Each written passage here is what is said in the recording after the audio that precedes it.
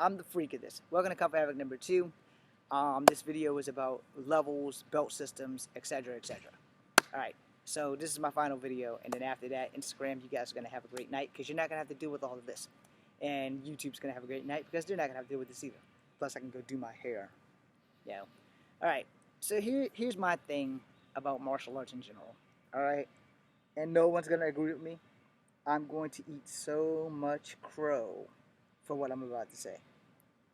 But I learned this when I started taking Taekwondo. Alright? I'm one of those people, I can't be trained from the beginning. You have to train me at the level that I am at. You cannot take me all the way back to day one in one. That's not going to work for me. I don't learn that way. I can't go back and learn. I learned that because when I was taking Taekwondo, I couldn't do forms. I couldn't do Tosan. I couldn't do Tungu. Do not ask me what those names are, because those are the names that Master Jim Ennis, God rest his soul, told us what they were called. When he switched to Naharate, Tosan and Tungu were still there. And I still can't do them to this day, well into my 40s.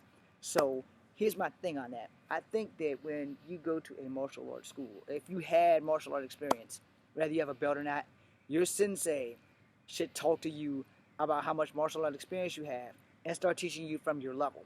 He doesn't have to give you a belt, because a belt is really just a ranking system to let you have some clarification that you put the time in and that you've done something. But a good black belt can beat a bad white belt any day, and vice versa. A good white belt can beat a bad black belt any day, because that belt gives a lot of people false confidence, which is another reason why I don't like the belt. Part of the problem I had with Mr. Ennis' school, the Inner Stairway, was that we had to do forms and choreograph a fight scene to get a certain rank between the black and red belt. I couldn't remember which one it was. And anyone here in Charlottesville that knows what it was, if you went to the Inner Stairway, please let me know. I tried to go to other dojos. I tried to go to the Seven Tigers. The only person that would take me was the Three Emperors, but by the time I got around back to them, my brother who runs it, who's also part Native American, he closed the shop and went away. Now, there are other Kung Fu schools and other Taekwondo schools and other martial arts schools here in Charlottesville. If you're into them, just Google the phone book if you're in Charlottesville. They'll have them all over the place, from Greene County all the way to Charlottesville, and all the way to Stanton, and all the way to Richmond, because Dongs is still existing. American Taekwondo is on Pantops or some shit like that. It's like sport Olympic Taekwondo. See, I didn't know that there was more than one type of Taekwondo. I just thought that there was just regular ass Taekwondo. But apparently there's Olympic sport Taekwondo, and then there's Taekwondo, and then there's another Taekwondo, and then there's the original Korean Taekwondo. Funny how they all are Taekwondo. But it is what it is. Don't judge me. I don't know which one I took from Mr. Ennis. But then he switched over to Naharate, which he said was the Japanese version of Taekwondo. Mind you, Mr. Ennis was a tall white man who was 6'2" and had a doctor degree of being a doctor or whatever, and a very pretty wife. And sadly, he ended his own life. So here's that thing about teaching you from your level. Alright, so I've been doing martial arts since I was 7 years old. Outside of that, I street fought since I was 6 years old, until my dad put it into it when I was 12. Then I didn't get into another real fight until I was like 15. And that was like the week. I got into a fight 4 days out of a 5-day week, and then I went to go spend the summer with my dad and didn't have any more problems. Except for coming home to not have a home to come to. So we moved over here. But anyway, that being said, your skills and experience are a lot more important than that belt will ever be. Alright? Here's the part where I'm going to eat a lot of crow, because a lot of people will not agree with me on that. They don't care. They all have belts, which is why they won't agree with me on that. But anytime that I can take a kid who's never did martial arts and watch Power Rangers, and they can beat a young kid who has a black belt, we have a problem. Alright? We have a problem. So you have to think about it. Kids have a limited imagination of no limits. So if a kid sees it, a kid can do it. I did not learn Taekwondo tornado kick in a dojo. I learned it from watching the guy that played Raphael do it on TV. Then I practiced it. Reverse tornado kick, I learned that from Brian Genesis and Michael Worth from TV. So if I could do it, I can do it. Now, could I use it in a fight? No. because I had to learn that it is not a move for fighting. It is great for movies. It's not good for fighting because your back spent most of your time at your enemy. And when you go into a reverse tornado kick, there is a slim chance that you will miss. Can you use a tornado kick in the class? Yes, you can. But if you miss, you're in trouble. So I don't suggest anything fancy in any kind of fighting capacity whatsoever. Henceforth, your skill level is where the teacher should be teaching you versus, all right, well, you can do Tosan, you can do Tengu, 7th degree white belt. That's where you're a white belt with a little tiny little yellow stripe. You do Tu Feng Chi. Oh, great. Now you're a green belt. I must have skipped the yellow belt. I don't know how that happened. But here's that thing. When we were in class, and Mr. Ennis' class, he can't validate because he's dead. I could spar with the best of them. The highest green belts, the highest black belts, all that shit. The problem was, I don't have a belt because this school did forms. I was never taught forms. From the first martial art lesson I ever was taught, I was taught how to kick, how to punch. I was taught where to kick, where to punch. You see where I'm going with that? So, being a fighter, knowing my way around a fight came easy. Knowing forms, how to do Tosan and the ice cream scoop and all this other crap, that shit won't happen because this thing up here was not processing that. It was processing block, block, counter, counter. You know, and that's pretty much it. Then when I switched to Kung Fu, it was block, counter, and then counter again. You know, and then Kung Fu and Kempo was teaching me where to strike versus Karate was teaching me how to counter punch a counter punch. That makes sense? Because if you're doing Karate, everything's inside. When you're doing Kung Fu, you try to get to the outside of your opponent and make them work harder to cross themselves, to counter. And it also depends on what style of Kung Fu you choose to do. Because there's a fuck ton of styles of Kung Fu. I'm sorry for cussing, but there is a fuck ton of styles for Kung Fu. And ninjutsu is also actually Kung Fu. The Japanese refined it, but it originally started in China. Anyway, moving on from that. A teacher should be able to, alright, let me cut myself off real quickly. What I think a teacher should be able to do is pull you off to a corner and ask you to show him a few moves that you have learned. Not what he has taught you, but what you've learned. Now, if you are a one-day student, day one, you've never done martial arts, then this does not reflect on you. You just stay the hell away from everything I'm saying. Because you're going to go to that school. It's going to be your first day. If you've never had any martial art training, then you need to do what the fuck the teacher says because you are level 1, day 1. And those people don't pay attention to this video at all.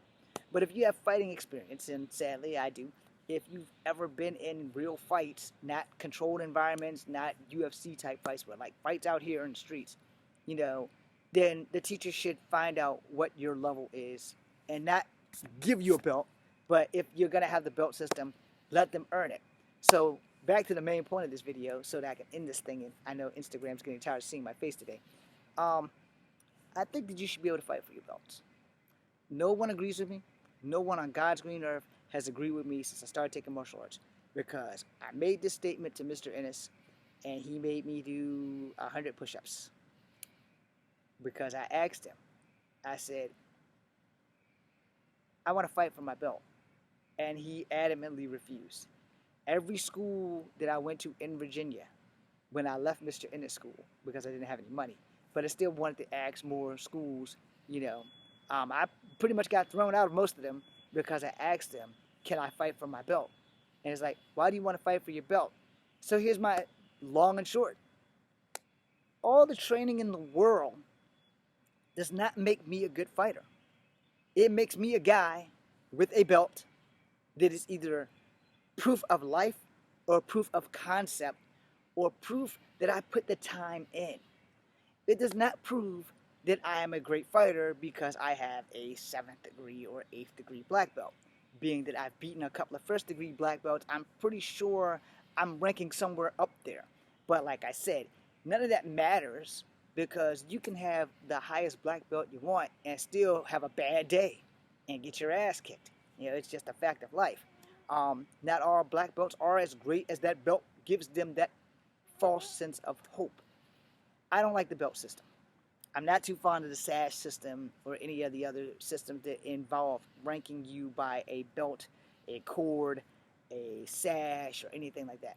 This is, again, where I'm going to eat a lot of shit. I do believe that if you can fight for your belt and prove that you are as good as that belt pertains for us to be, then you've earned that belt. And every school that I've been to in Virginia, up and down from fucking Virginia Beach to Richmond, all the way back up to like fucking Stanton and them. I haven't gone to any DC schools because DC is not a good place to go right now. But in all the lifetimes that I've traveled, the places that I've been that had martial arts schools, it's always the same. No, we don't fight for our belts here. We don't fight for our belts here. I know you guys are thinking, what are you like? You trying to be Cobra Kai, James? No, I'm not trying to be Cobra Kai. I'm trying to keep the shit real as possible. Because you can have a belt and go outside tomorrow and get your ass handed to you by somebody who's never been in a kung fu fight but knows martial arts any day of the week. It can happen. Facebook's about to kick me off. I have 24 seconds and counting. So, to end this really quickly, if the belt system is for you, I'm happy for you. The belt system is not for me. Please understand that I'm not downing on anybody who has a belt. It's just that that belt really is just to hold up your pants. Thanks for watching, guys. It's been fun. This thing's kicking me off. Later.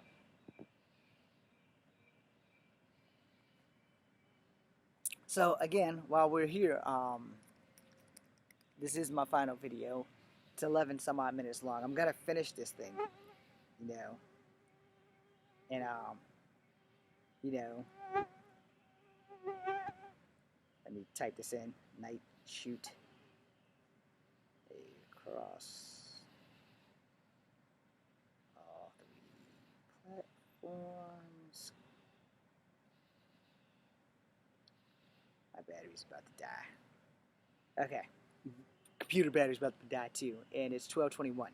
So I need to get in here and like post these things up. So, that being said, while I look at these boss girls, I don't think that's gonna happen. Okay, Fork Reporter, I have no idea what that is. Okay, I also have my volume down, so it won't interfere in this video. Alright, so let me wrap this up. If you basically believe strongly that your belt makes you a better fighter, that's really not the way to go. I'm not trying to down you. I'm not trying to be a dick about it. I'm telling you the truth. 9 times out of 10, a person with a black belt, if they've been in competition, they're good. Doesn't mean that they can beat everybody that comes across their path. It's the same thing with me as a street fighter.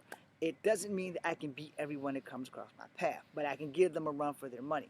Unless they catch me with a good one and I go to fuck to sleep. It can happen. Don't think that you can't ever be beaten. Don't ever think that. But I have a strong policy that if I can't beat you, I'm going to do my best to kill you. And you're going to remember me before this fight is done. But anyway, again, unless I get hit with a good one and I go slam asleep. It can happen to anyone. Don't think that you can't get knocked out, because that will be the day that you get knocked out. This guy's frozen. So we're going to end him. Okay, it did something.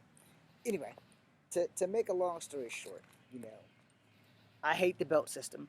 I hate the belt ranking system due to the fact that I don't have a belt, and due to the fact that no matter what school I went to in Virginia, I could not get a belt to save my life because I can't do forms. Again, when I first started doing martial arts, I was not taught forms. I was taught how to hit and where to hit. As I evolved in my training, same concept. Until I took Taekwondo, I never did a form in any form of martial arts that I'd taken. So once I did Taekwondo, that's why I was lost in the sauce. I could not do forms. So as we end this thing, again, I state this. I don't like the belt system. And I think that every time you go to a school, the teacher should see what your body's capable of and then teach you from what level you are on. This is Kung Fu Havoc number 2. Be seeing you. Hopefully.